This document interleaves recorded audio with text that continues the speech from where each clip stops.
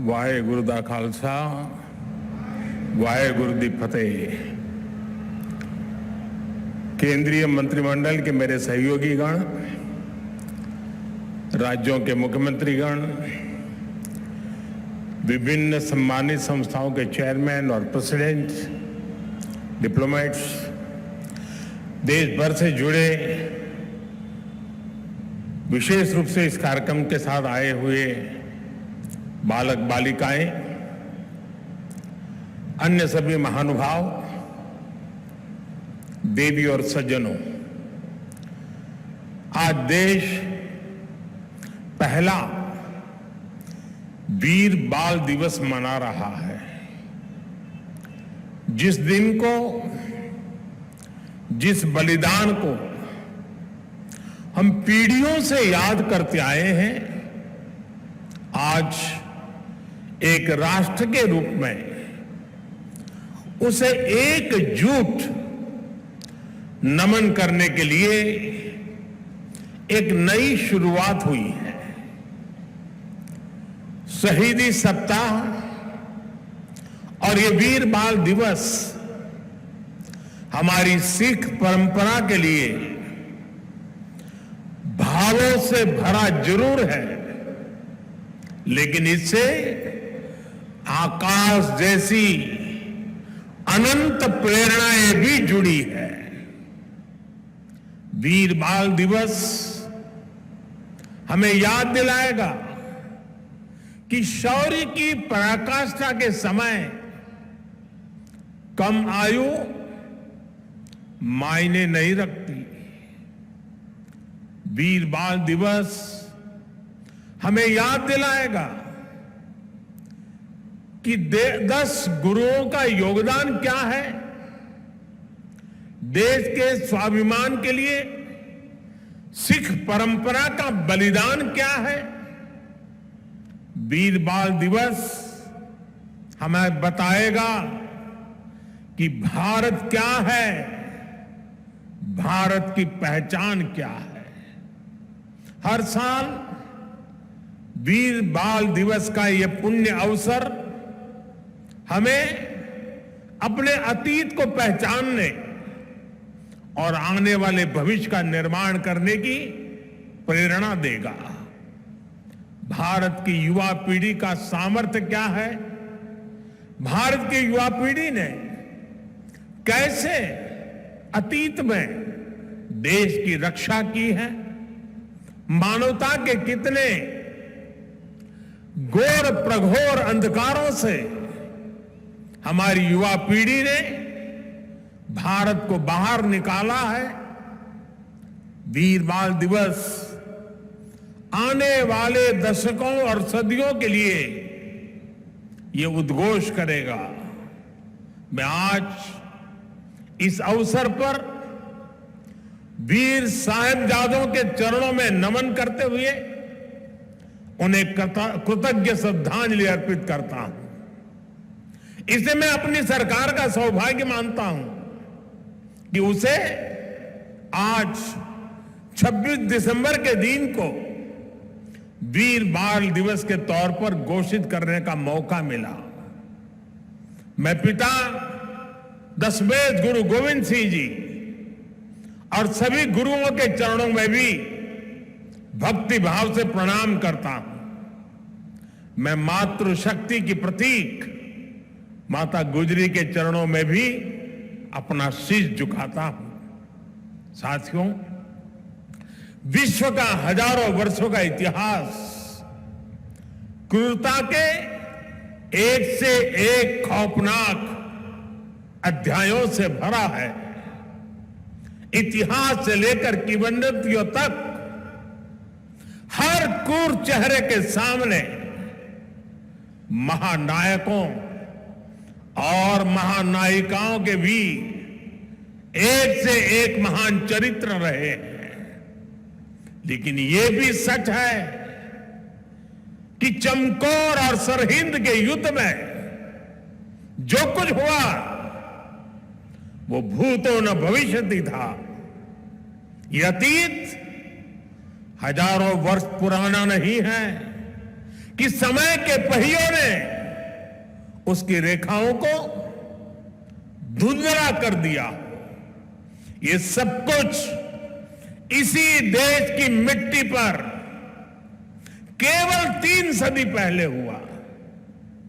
एक और धार्मिक कट्टरता, और उस कट्टरता में अंधी इतनी बड़ी मुगल सल्तनत, दूसरी ओर ज्ञान और तपस्या में तपे हुए हमारे गुरु, भारत के प्राचीन मानवीय मूल्यों को जीने वाली परंपरा, एक और आतंक की पराकाष्ठा, तो दूसरी ओर अध्यात्म का शीर्ष, एक और मजहबी उन्माद, तो दूसरी ओर सब में ईश्वर देखने वाली उदारता, और इस सब के बीच एक और लाखों की फौज, और दूसरी ओर अकेले होकर भी निडर खड़े गुरु के वीर साहबजादे। ये वीर साहबजादे किसी धमकी से डरे नहीं, किसी के सामने झुके नहीं। जोरावर सिंह साहब और फतेह सिंह साहब दोनों को दीवार में जिंदा चुनवा दिया गया। एक और नृशंसता ने अपनी सभी सीमाएं तोड़ दी, तो दूसरी ओर धैर्य, शौर्य, पराक्रम के भी सभी प्रतिमान टूट गए। साहिबजादा अजीत सिंह और साहिबजादा जुझार सिंह ने भी बहादुरी की वो मिसाल कायम की जो सदियों को प्रेरणा दे रही है। भाइयों और बहनों, जिस देश की विरासत ऐसी हो, जिसका इतिहास ऐसा हो, उसमें स्वाभाविक रूप से स्वाभिमान और आत्मविश्वास कूट कूट कर भरा होना चाहिए। लेकिन दुर्भाग्य से हमें इतिहास के नाम पर वो गढ़े हुए नैरेटिव बताए और पढ़ाए जाते रहे, जिनसे हमारे भीतर हीन भावना पैदा हो। बावजूद इसके हमारे समाज ने, हमारी परंपराओं ने इन गौरव गाथाओं को जीवंत रखा। साथियों, अगर हमें भारत को भविष्य में सफलता के शिखरों तक ले जाना है, तो हमें अतीत के संकुचित नजरियों से भी आजाद होना पड़ेगा।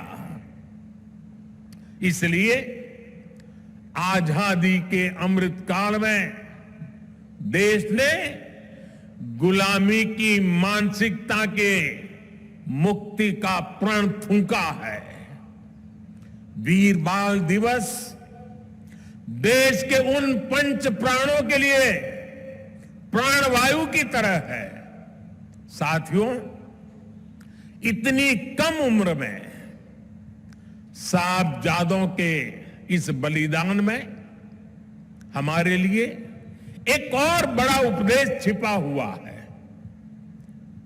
आप उस दौर की कल्पना करिए, औरंगजेब के आतंक के खिलाफ, भारत को बदलने के उसके मंसूबों के खिलाफ गुरु गोविंद सिंह जी पहाड़ की तरह खड़े थे। लेकिन जोरावर सिंह साहब और फतेह सिंह साहब जैसे कम उम्र के बालकों से औरंगजेब और उसके सल्तनत की क्या दुश्मनी हो सकती थी। दो निर्दोष बालकों को दीवार में जिंदा चुनवाने जैसी दरिंदगी क्यों की गई? वो इसलिए क्योंकि औरंगजेब और उसके लोग गुरु गोविंद सिंह के बच्चों का धर्म तलवार के दम पर बदलना चाहते थे। जिस समाज में, जिस राष्ट्र में उसकी नई पीढ़ी जोर जुल्म के आगे घुटने टेक देती है, उसका आत्मविश्वास और भविष्य अपने आप मर जाता है। लेकिन भारत के वो बेटे, वो वीर बालक मौत से भी नहीं घबराए। वो दीवार में जिंदा चुन गए, लेकिन उन्होंने उन आतताई मंसूबों को हमेशा के लिए दफन कर दिया। यही किसी भी राष्ट्र के समर्थ युवा का सामर्थ्य होता है। युवा अपने साहस से समय की धारा को हमेशा के लिए मोड़ देता है।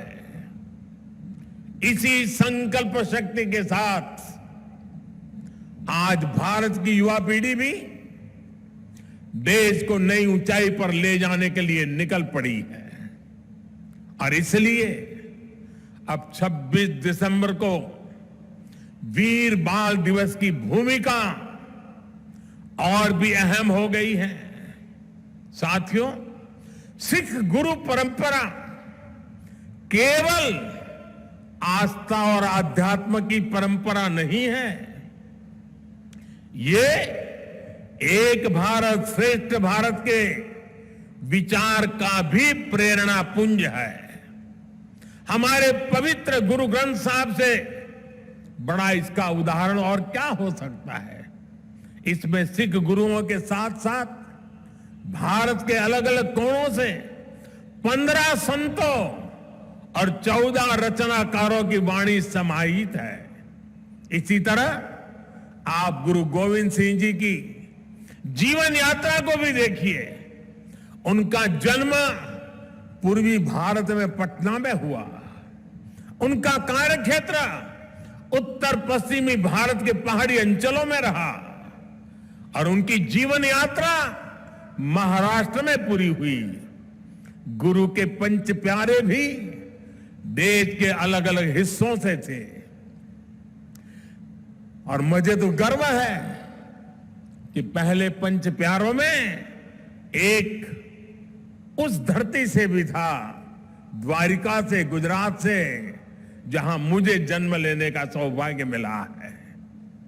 व्यक्ति से बड़ा विचार, विचार से बड़ा राष्ट्र, राष्ट्र प्रथम का यह मंत्र गुरु गोविंद सिंह जी का अटल संकल्प था। जब वो बालक थे तो ये प्रश्न आया कि राष्ट्र धर्म की रक्षा के लिए बड़ी बलिदान की जरूरत है।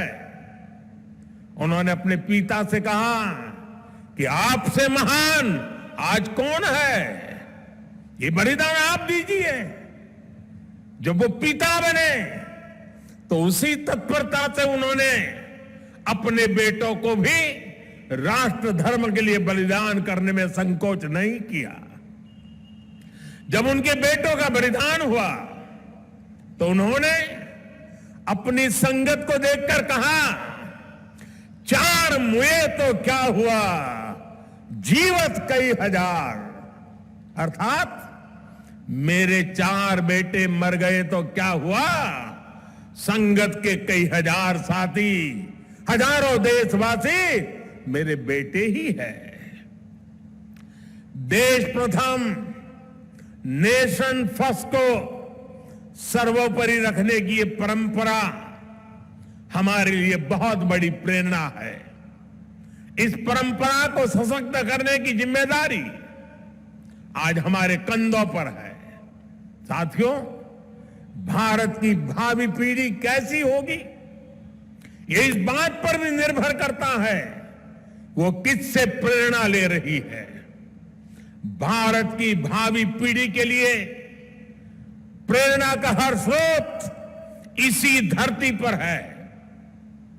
कहा जाता है कि हमारे देश भारत का नाम जिस बालक भारत के नाम पर पड़ा, वो सिंहों और दानवों तक संहार करके थकते नहीं थे। हम आज भी धर्म और भक्ति की बात करते हैं तो भक्तराज प्रहलाद को याद करते हैं। हम धैर्य और विवेक की बात करते हैं तो बालक ध्रुव का उदाहरण देते हैं। हम मृत्यु के देवता यमराज को भी अपने तप से प्रभावित कर लेने वाले नचिकेता को भी नमन करते हैं, जिस नेत्री नचिकेता ने बाल्यकाल में यमराज को पूछा था, व्हाट इज डेथ, मृत्यु क्या होता है। हम बाल राम के ज्ञान से लेकर उनके शौर्य तक, वशिष्ठ के आश्रम से लेकर विश्वामित्र के आश्रम तक, उनके जीवन में हम पग पग पर आदर्श देखते हैं। प्रभु राम के बेटे लवकुश की कहानी भी हर मां अपने बच्चों को सुनाती है।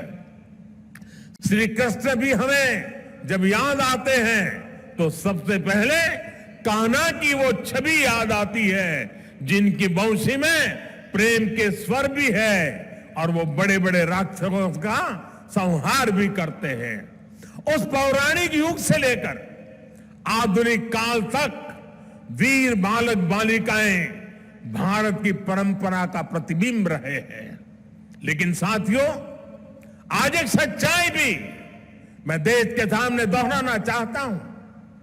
साहबजादों ने इतना बड़ा बलिदान और त्याग किया, अपना जीवन न्योछावर कर दिया, लेकिन आज की पीढ़ी के बच्चों को पूछेंगे तो उनमें से ज्यादातर को उनके बारे में पता ही नहीं है।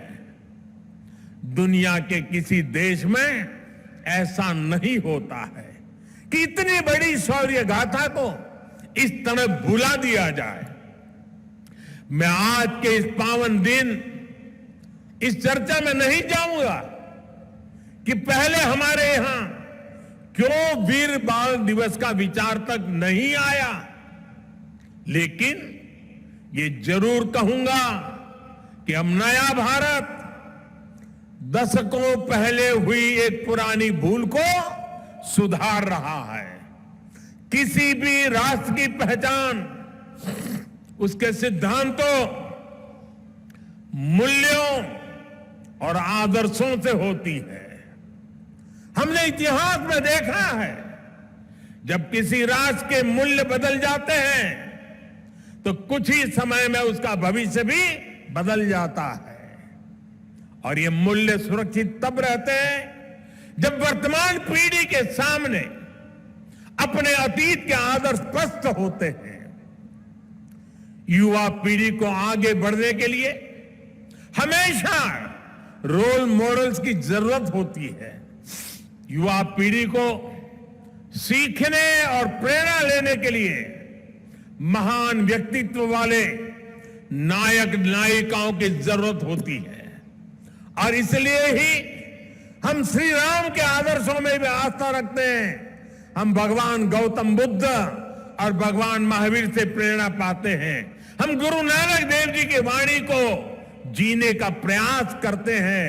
हम महाराणा प्रताप और छत्रपति वीर शिवाजी महाराज जैसे वीरों के बारे में भी पढ़ते हैं। इसलिए ही हम विभिन्न जयंतियां मनाते हैं। सैकड़ों हजारों वर्ष पुरानी घटनाओं पर भी पर्वों का आयोजन करते हैं। हमारे पूर्वजों ने समाज की जरूरत को समझा था और भारत को एक ऐसे देश के रूप में गढ़ा जिसकी संस्कृति पर्व और मान्यताओं से जुड़ी है। आने वाली पीढ़ियों के लिए यही जिम्मेदारी हमारी भी है। हमें भी उस चिंतन और चेतना को चिरंतर बनाना है।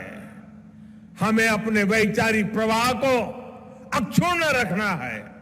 इसलिए आजादी के अमृत महोत्सव में देश स्वाधीनता संग्राम के इतिहास को पुनर्जीवित करने के लिए प्रयास कर रहा है।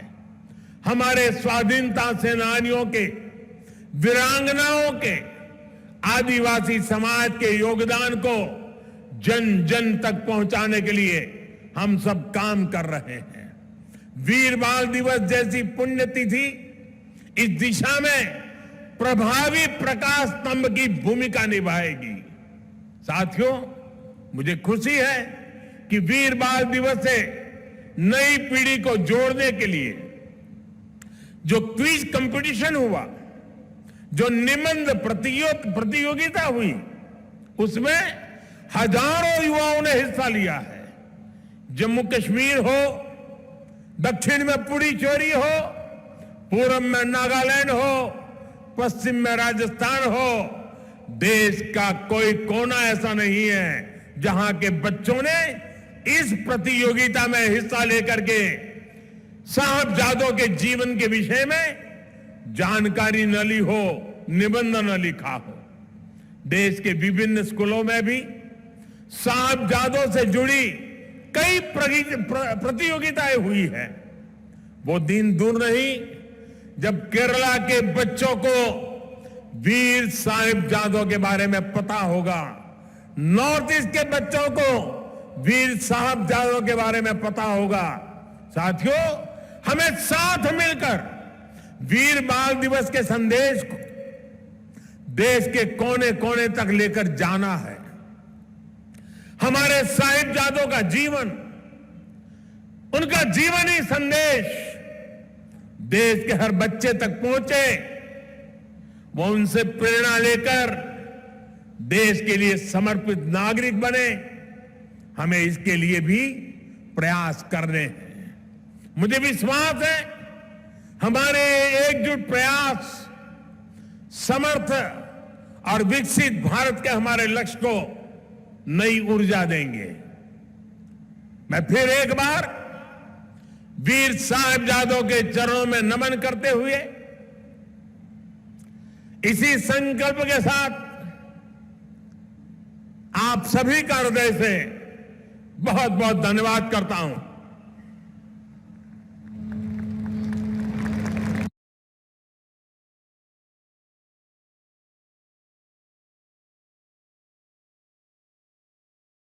बिल्कुल सुधाकर, हम तस्वीरें देख पा रहे हैं। यहाँ पर प्रधानमंत्री नरेंद्र मोदी का आगमन हो चुका है और ये तस्वीरें देखिए, बड़ी संख्या में लोग यहाँ